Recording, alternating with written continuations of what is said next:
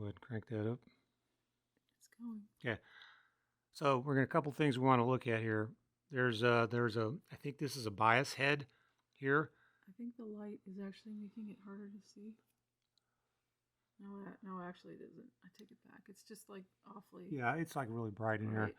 Let me see if I can get a dimmer flashlight on this one.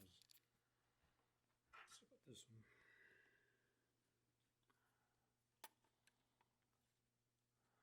Can you see it? Yeah. Bias head needs to be cleaned, getting Q-tip and only alcohol on this, no lacquer thinner. Playback head, same deal, just a little bit of alcohol on that, and this one is in really good shape.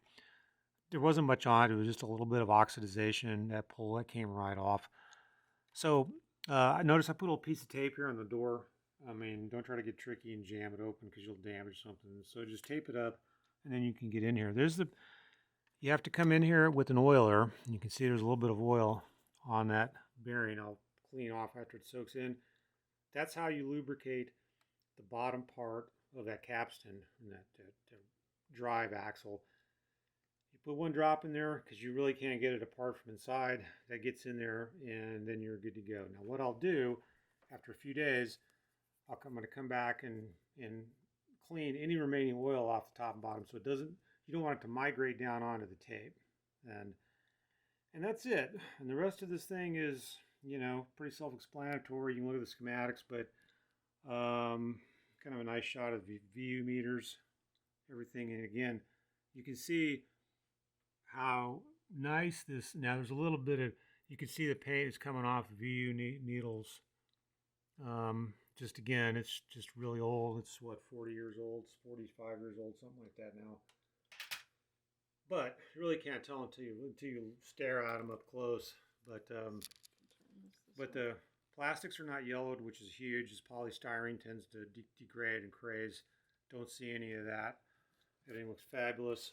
I'll do it probably just a very, very quick clean with a little bit of detergent and a soft cotton, towel or something, and just do a final clean after we get it all back. So this is it. The 8-tracks are on their way from California. They've been checked. So that's the quad symbol right there? I do not know. I assume that's fours probably in the shape of a virus or something. But it's got also it's got a headphone jack, which is kind of interesting. So you don't really need to hook up to. But you can't listen to quad with No, headphones. you can't. I mean, I think actually there is. Believe it or not, there was quad headphones. Are you kidding me? I think I saw something about that. If anybody knows that, please let me know because that would be really cool. Probably from Koss or somebody like that. Track selector. This is stereo. I think, and I don't know for sure. Viv, you may know more about this. I don't know nothing about quads at this phone point. Selector front rear, so you could choose whether you listen to. Correct, right. But then the playback, there's a switch on quad and stereo. So I don't know. I'm not sure what's going on there. If you leave it in quad, can you listen to it in stereo? I have no idea.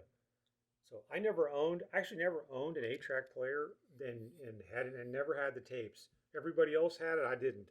I went straight to cassette. I skipped this stage, but I thought they were cool. But here we are, and I've got the disposable income, so what the heck.